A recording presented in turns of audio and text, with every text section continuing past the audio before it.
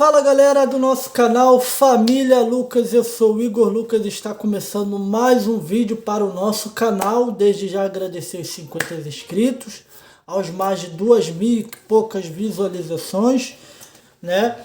E você aí que puder compartilhar, você aí que puder curtir o nosso canal e ativar aí o sininho de notificações para o qual, quando nós enviarmos vídeos e estivermos ao vivo, você ser avisado aí pelo YouTube. A sua participação é muito fundamental para o crescimento do nosso canal. Gente, hoje mais um vídeo como prometido, hoje para diversificar o nosso canal, que aqui vocês podem acompanhar, estamos com a página aberta do canal e todos os nossos vídeos aqui, do nosso cotidiano, tal, etc. O último vídeo que a gente fez foi uma transmissão ao vivo, né? O YouTube liberou pra gente as transmissões ao vivo e tal.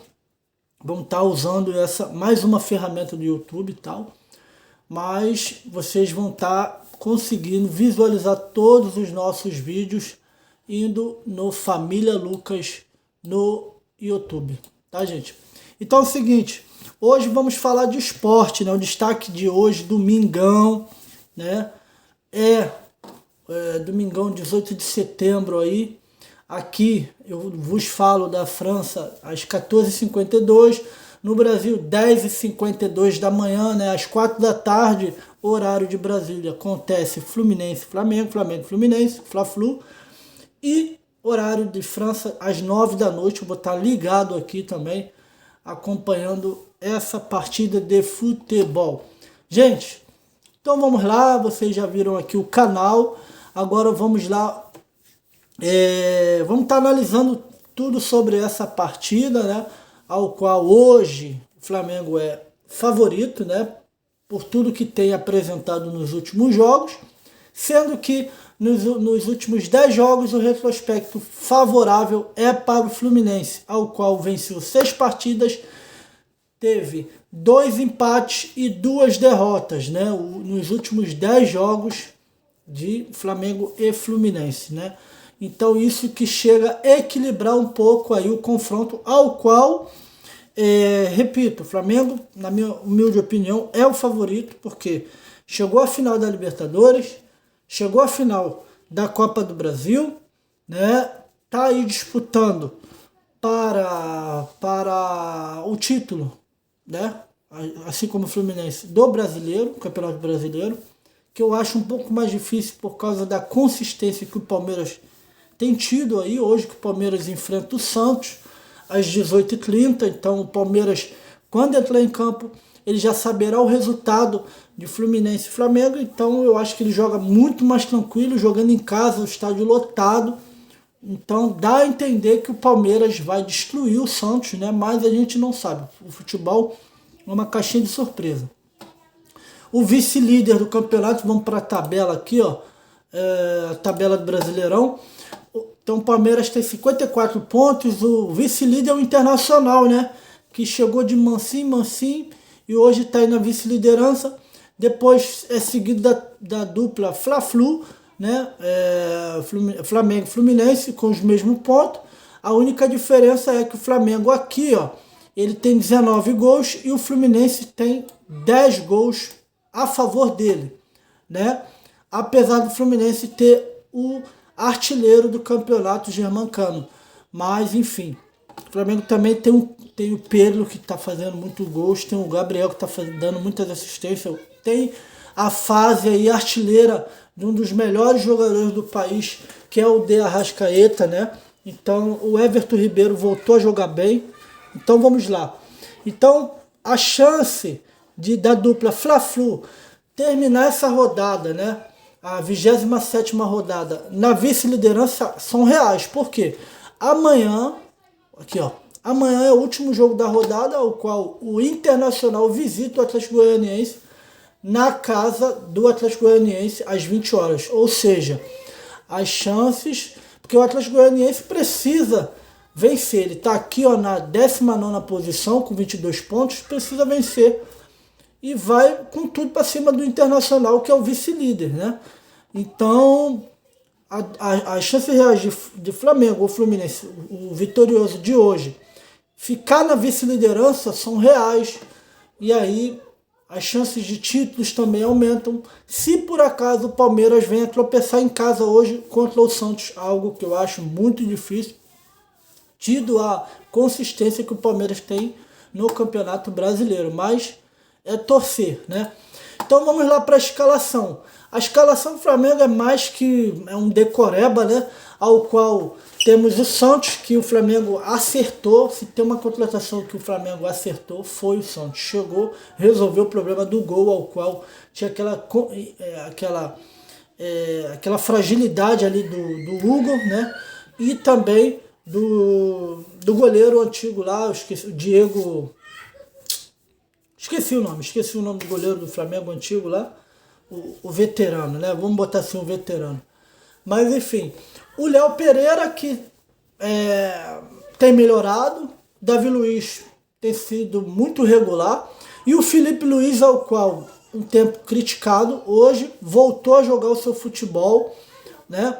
E o Rodinei sem palavras, porque o Rodinei é uma grata surpresa, é um jogador ao qual ele se entrega o jogo todo, faz muita borrada, mas tem sido um lateral muito consistente, igual o lateral do Fluminense, o Xavier, né? Samuel Xavier, né? Eu boto o Rodinei e o Xavier no mesmo patamar aí, no mesmo estilo de jogo. Eles do nada entregam as partidas, mas do nada também tem uma dedicação muito forte, né, durante o jogo, a intensidade, né, entregam a vida ali na partida. São jogadores que se desgastam bastante, então acho que é por isso que eles têm conseguido aí atingir os seus objetivos pessoais, né, e também do time, ao qual o Rodinei agora é cotado até para ter renovação do contrato, algo que era meio improvável no começo do ano. O Thiago Maia, que é um ótimo volante, tem esse problema das contusões, mas parece que tomou o lugar ali de vez, né, desde a saída do Arão. E o João Gomes, que, sem dúvida, juntamente com o André e o Danilo, forma aí o trio de volantes promissores, estilo seleção brasileira, né, no futuro em grandes clubes da Europa, né. Esperamos que esses 3 clubes vendam esses jogadores. Palmeiras e Flamengo têm sido muito correto quanto a isso. Eles têm vendido, né, legal, né? Se querem pegar jogadores deles, os clubes europeus estão tendo que gastar bastante. No Fluminense não, tá sendo vendido por uma paçoca e um amendoim, isso é um absurdo, mas para com o André, a diretoria tem tomado uma atitude até louvável, né? Vamos ver até quando vai demorar isso, né? Porque o clube não tem ganhado títulos de expressões, então não tem tido o faturamento, o arrecadamento que é projetado no início de temporada, né? O Everton Ribeiro, que voltou a jogar o seu futebol de origem, é um meia particularmente que eu sou fã, meia esquerda de muita habilidade, de extrema habilidade, né? Foi melhor do Brasileirão durante 2 anos com as campanhas que ele fez no Cruzeiro. O De Arrascaeta, ele é um jogador imprescindível nesse esquema do Flamengo, titularíssimo. Se eu não me engano, hoje posso colocar o De Arrascaeta juntamente com o Ganso, os melhores meio-campos do país. O De Arrascaeta se destacando até mais que o Ganso, claro, pelos títulos de expressões que tem conquistado com o Flamengo nos últimos anos e também por fazer gols, né? O De Arrascaeta faz muitos gols, né? Ele só perde pro trio da frente, né? Que é o Gabriel, o Pedro e o Bruno Henrique. Depois vem o De Arrascaeta ali, que faz muitos gols desde quando surgiu do Cruzeiro e também aí no Flamengo, né? Ele faz muitos gols e dá muita assistência, E a dupla de ataque do Flamengo, né? E finalmente o Dorival colocando Gabigol e Pedro, né? Jogadores que muitas pessoas, muitos torcedores sempre exigiram os dois, né?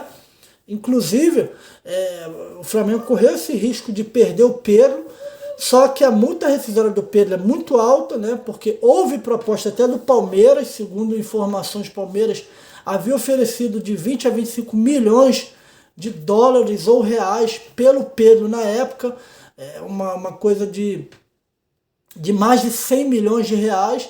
Só que o Flamengo de prontidão ele negou, ele negou a proposta, não, ele recusou na verdade, houve a proposta, porque sabe que o Pedro, sendo lapidado como tem sido, ele é um jogador diferenciado, né? Cria das Laranjeiras, é um jogador mal vendido pelo Fluminense para a Europa, não se firmou na Europa.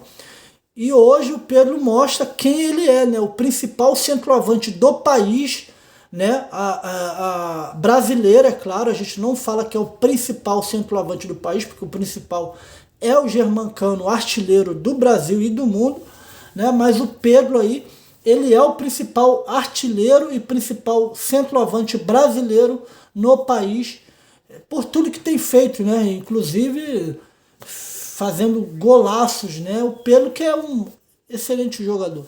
E o Gabigol, né, que vai do céu ao inferno em questão de minutos, é um jogador muito bom, a nível Brasil, sempre foi acima da média, né?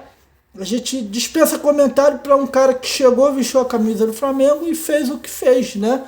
Tem seus erros, mas o Gabriel hoje em dia tem tido uma participação no Flamengo muito importante. Ele tem sido um dos que dá mais assistência, né? E isso as pessoas às vezes não vê.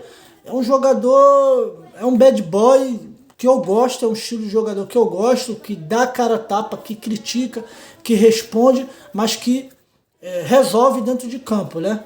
E a gente, como tricolor, espera que ele não resolva hoje, né, contra o Fluminense, como não tem resolvido nos últimos clássicos, né? Mas enfim. Então, o Flamengo veio a campo com esse formato aí, né, de 4-4-2, né?